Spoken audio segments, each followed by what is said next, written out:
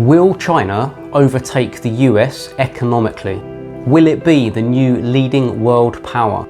How do the US and China compare when you look at key metrics such as wages, GDP, and global economic dominance? What's happened in China in recent times that has led it to experience such large growth? What challenges does China currently face that may impede its progress in future? That's what we're going to look at in this video, and please do like and subscribe as it really does help. So let's jump straight in.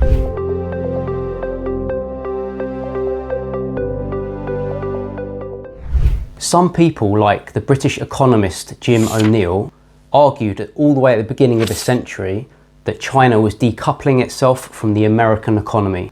O'Neill and his team actually came up with the term BRIC, so Brazil, Russia, India and China at the time. And this was before people like Ray Dalio, for example, from his book Principles for Dealing with the Changing World Order, which I would recommend reading. And we know that discussion and prediction is still going on today, as you can see from this headline in December 2022. We know that China has grown extraordinarily in the past 40 years or so, and you can see the GDP in this graph here, with it averaging well over 5% growth, other than it basically completely shutting down during and then after COVID. But as you can see from this report from July 2023, China hasn't caught up with the US in terms of the size of its GDP in dollar value.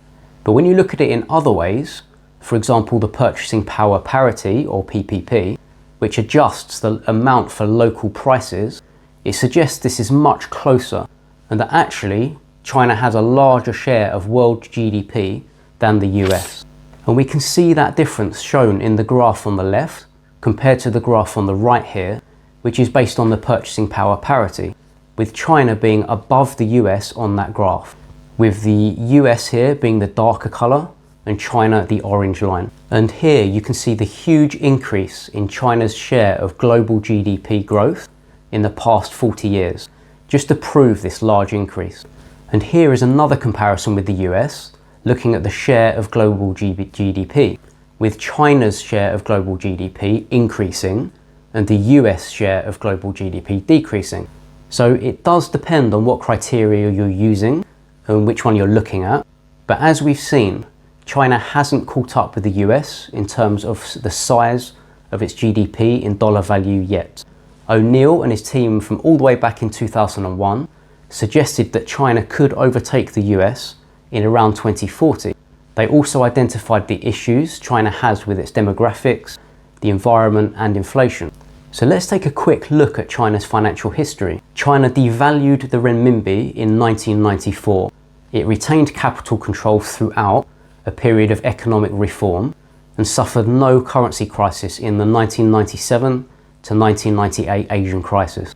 The Chinese insisted that direct investment would need to take place to attract foreign capital rather than borrowing from Western banks to finance their industrial development. So what they did was they got foreigners to build factories in Chinese enterprise zones, which were obviously large assets that weren't easily withdrawn from the country in case of crisis. The bulk of China's investment was financed from its own savings. Cautious and not using credit facilities like the West, the Chinese saved a high proportion of their rising incomes, a really marked difference when compared to the US. This is the same for Chinese corporations. It could therefore be argued that for the first time in centuries, the direction of capital flow was now not from west to east, but from east to west. In 2007, the US needed to borrow around $800 billion from the rest of the world, which is more than $4 billion every working day. And at the same time, China ran a current account surplus of $262 billion.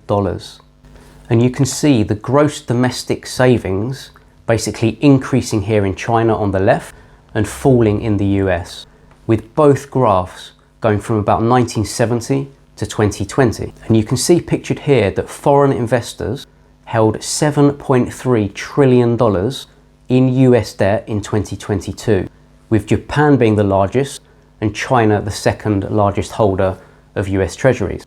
You'll actually see in the bottom right hand side that since 2018, China's US debt holdings have declined by 30%, which equates to about $256 billion, which does link with this idea of China consciously decoupling from the US. But to summarise, a large proportion of China's surplus ended up being lent to the US. The common train of thought is that cheap labour in China encouraged foreign investment and grew China's economy, which is true as we've seen. However, this also obviously increased wages in China, so let's look at some examples of that.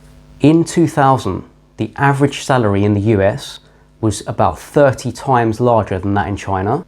By 2011, that gap had shrunk to 6.5 times larger in the US than China, and in 2021, it was only 3.5 times larger.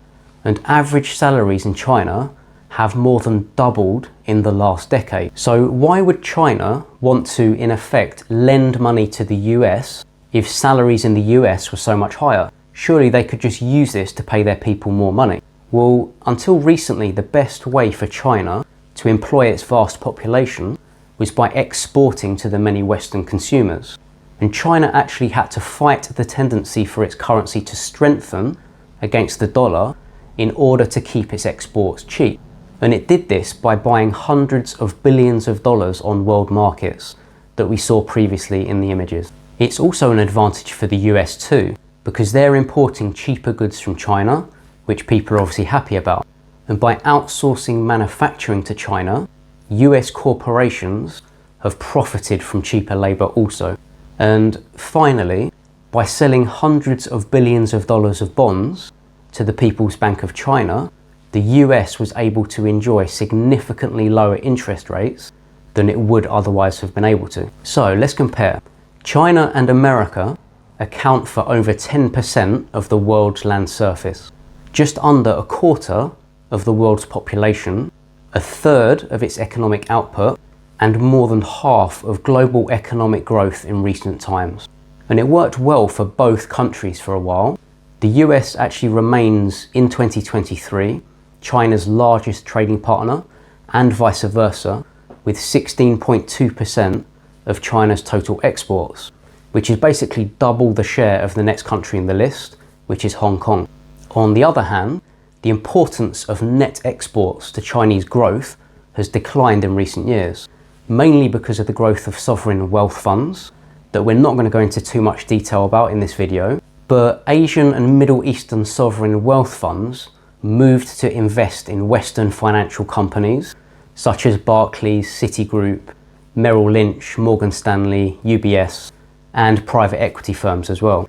But China's venture into US financial stocks didn't receive the returns it was after, and there are understandable fears in Beijing, if we ignore just for a minute the big issues it is facing with its own economy, that more pain may be coming for Western banks, which they're obviously afraid of.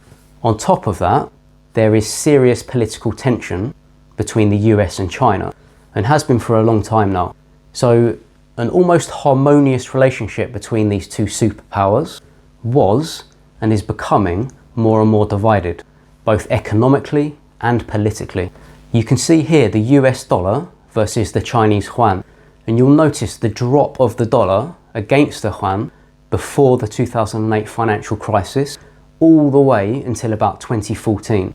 But let's see what happened next, because we've just seen that the dollar depreciated against its largest partner, China, at this time. And because this coincided with demand and supply pressures in nearly all markets for commodities, the result was a significant increase in the price of food, fuel, and raw materials. Rising commodity prices, in turn, intensify inflation in China, meaning that they need to impose price controls and prohibit or ban or simply reduce exports. And then they scramble for natural resources in places like Africa. And when these trends subsided, the friction between the two countries didn't subside, unfortunately, because the US repeated its charge against China of currency manipulation. So to simplify things, it just got worse. And then what happens is we go all the way back round again to the beginning, like a vicious circle. And nearly everyone would hope that a conflict doesn't arise between China and the US. But If it does happen, an obvious reason could be, for example, a deterioration of political relations, over trade, over Taiwan, or something else that we can't see. And you can see arguments from both sides. People would blame a more assertive China. They would lament the fact that the US didn't do enough. Or simply, some people would identify some common origins of war through the breakdown of free trade, the competition for natural resources, or simply the clash of different civilizations and cultures. So, to summarize, with the large GDP growth of China over the last 40 years or so, taking up a significantly larger percentage share of global GDP growth, with salaries doubling in the past decade in China, and with the planned expansion of the BRICS economic bloc, it is possible for China to overtake the US as the #1 economic power in the world. Some might even say it's inevitable, but when, we don't know. Tensions do remain high between the two countries though, and we can't predict the future, as I hope this video has demonstrated. And could something else get in the way, such as another war for example, that changes this landscape, and not necessarily between the US and China, but it is possible given the large political and economic tensions that exist today. Also, China is experiencing its own huge economic difficulties at the moment. If you just look at Evergrande, which defaulted on its debts, and Country Garden and Sino Ocean, which are currently struggling to meet their debt payments. So this could certainly set China back significantly, and the US does remain the global reserve currency, and it does strengthen against most other currencies, if you look for example at the dollar doom loop. So in my opinion, and I could be wrong, it is safe in the short term, the US as #1. But I'd love to know what you think, so let me know in the comments below. And if you found this content interesting, please do like the video and subscribe to the channel, as it really does help. And have a great day.